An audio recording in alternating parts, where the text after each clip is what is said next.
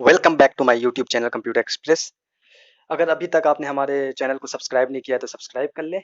और इस वीडियो में मैं एचटीएमएल के बारे में बात करूंगा। अगर अभी तक आपने हमारा पिछला वीडियो नहीं देखा है तो उसे देख लीजिए ताकि ये वीडियो आपको आसानी से समझ में आए, जिसका लिंक हमने डिस्क्रिप्शन में दिया हुआ है, आप वहां से जाके सर्च कर लें। तो देखिए, इस वीडियो में हम लिस्ट एलिमेंट्स के बारे में बात करेंगे। लिस्ट एलिमेंट्स में तीन आते हैं, तीन टैग्स। ओएल यानी ऑर्डर लिस्ट, अनऑर्डर लिस्ट और डेफिनेशन लिस्ट। इन तीन लिस्ट के बारे में हम डिटेल से प्रैक्टिकल करके आपको हम बताएंगे। तो वीडियो को अंत तक जरूर देखिएगा धैर्य के साथ। तो चलिए आइए वीडियो शुरू करते हैं।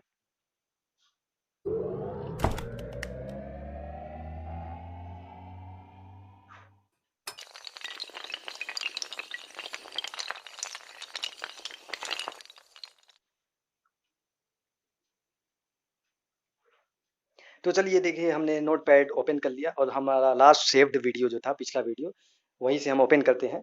लेकिन हम आज ऑर्डर लिस्ट के बारे में पहले स्टार्ट करते हैं। तो हमने एच आर टैग पहले लगा लिया। ये ज़रूरी नहीं है, ऐसा ज़रूरी नहीं करना, लेकिन हमने सिर्फ आपको समझाने के लिए एक लाइन खींच के उसके अंडर नीचे से समझाएंगे, इसलिए एच आर टैग का यूज़ किया है।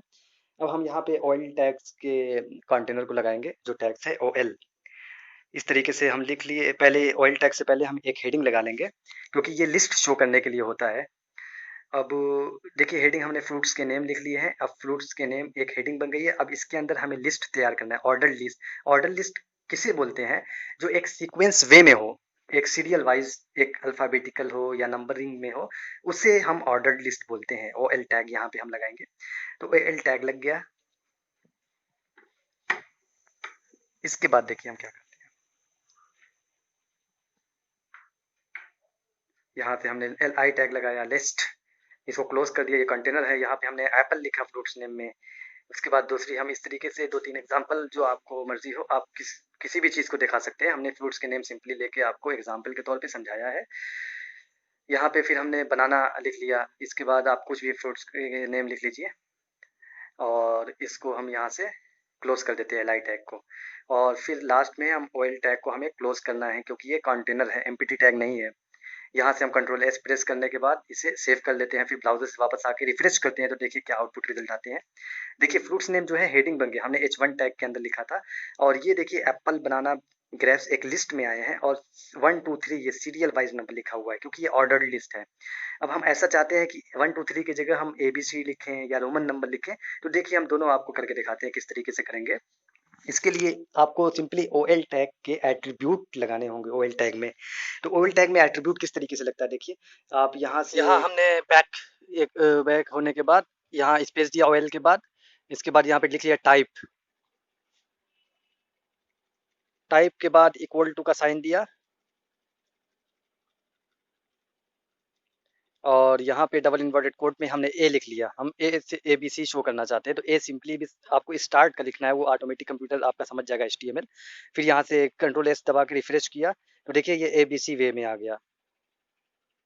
उसके बाद अगर हम चाहते हैं रोमन में देना तो सिर्फ आई प्रेस करिए कीबोर्ड से और सेव कर दीजिए।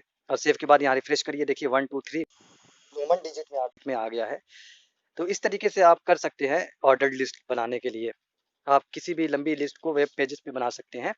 अब नेक्स्ट आता है और अनऑर्डर्ड लिस्ट। तो इसके लिए पहले हम एक एच आर टैग यूज़ कर लेते हैं, एक लाइन ड्रॉ कर लेते हैं ताकि आपको आउटपुट देखने में अच्छा लगे, आपको समझ में आए, कंफ्यूज ना हो, वरना मिसअप हो जाता है वीडियो। इसलिए हमने एच आर टैग का यूज़ हम करते हैं, ऐसा करना ज़रूरी नहीं है। तो हमने अनऑर्डर्ड लिस्ट के लिए यूएल टैग लगाया। इसके अंडर में देखिए, हम जिसे ऑर्डर्ड लिस्ट में बनाए थे सेम वही प्रोसेस करना है, लेकिन इससे पहले हम यहाँ पे एक हेडिंग लगा लेते हैं। जिस तरीके से हमने फ्रूट्स नेम लिखे थे, यहाँ पे हम एच आर टैग लगा लिया। इसके बाद देखिए,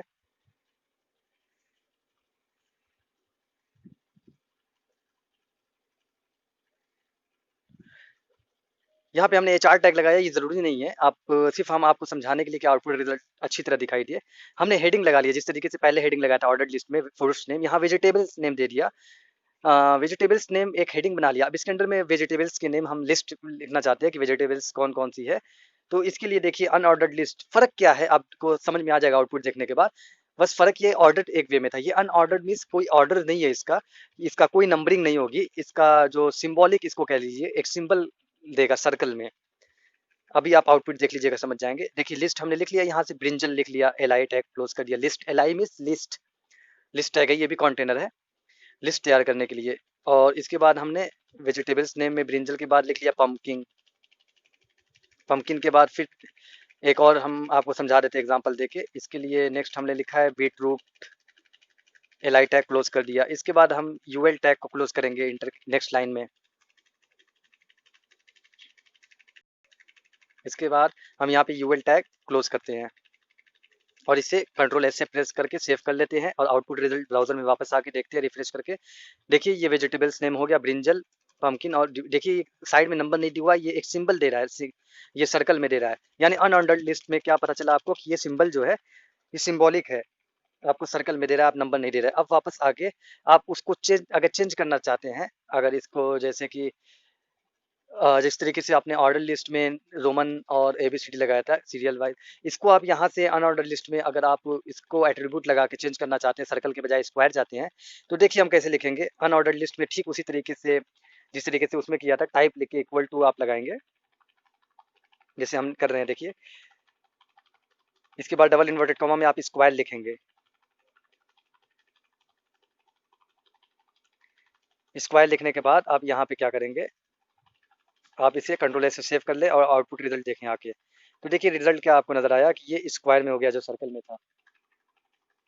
तो इससे क्या पता चला कि ये अनऑर्डर्ड लिस्ट इस तरीके से जिसका कोई ऑर्डर नहीं होता है उसे हम बोलते हैं। इस तरीके की लिस्ट तैयार करना हो तो हम ये टैग का यूज कर सकते हैं। अब आता है आपका डेफिनेशन लिस्ट। तो इसके लिए फिर देखिए डेफिनेशन लिस्ट हम किस तरीके से तैयार करते हैं और कैसे ये क्या होता है डेफिनेशन लिस्ट। जब किसी बात को हमें कोई टॉपिक तैयार कर रहे हैं तो एक हेडिंग, यहाँ पे हेडिंग जब हम बनाएंगे उसके अंडर में हम क्या लिखना चाहते हैं उसको डेफिनेशन लिस्ट कहते हैं। जैसे हम यहाँ पे इसके dt लगाएंगे, इसका जो टैग है पहले dl लगेगा फिर dt, डेफिनेशन लिस्ट लगा लेंगे इसका जो टैग से सिंपल। उसके अंडर में dt है। dt क्या होता है कि हम dt एक हेडिंग, जैसे वहाँ पे h1 टैग लगा रहे थे, यहाँ dt टैग पे एक हेडिंग है, हम इसके बारे में कुछ बताना चाहते हैं अंदर, तो उसके बारे में जब बताना चाहते हैं तो वहाँ dd टैग लगेगा। dt about computer express, computer express के बारे में यहाँ पे हुआ dt। अब dd क्या होगा, dd इसके बारे में क्या है, हम एक लाइन दो लाइन जितना भी समझाना चाहते हैं तो इसको इस तरीके से dd के अंदर में आता है। आप उसके अंदर में लिख लीजिए कुछ, जैसे हमने यहाँ पे एक सेंटेंस हम यहाँ पे लिख देते हैं।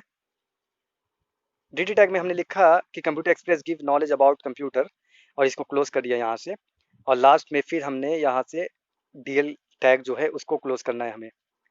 अब हम कंट्रोल एस प्रेस करने के बाद वापस आउटपुट रिजल्ट देखने के लिए ब्राउजर में आते हैं और यहाँ से रिफ्रेश करते हैं। रिफ्रेश करने के बाद आपको क्या अंदाज लगा, ऊपर जो अबाउट कंप्यूटर एक्सप्रेस लिखा है ये एक हेडिंग के तौर पे है और नीचे पैराग्राफ चेंज होकर देखिए उसके बारे में आ गया computer express give knowledge about computer, ये इसके नीचे आ गया है। आई होप कि ये वीडियो आपको पसंद आई होगी, तो इसे लाइक और शेयर करना ना भूलें। अगर आपको कोई डाउट हो तो नीचे कमेंट बॉक्स में कर सकते हैं और हम HTML पे नेक्स्ट वीडियो जल्द ही लेके आएंगे। तब तक के लिए goodbye. Subscribe now and press the bell icon. Never miss an update.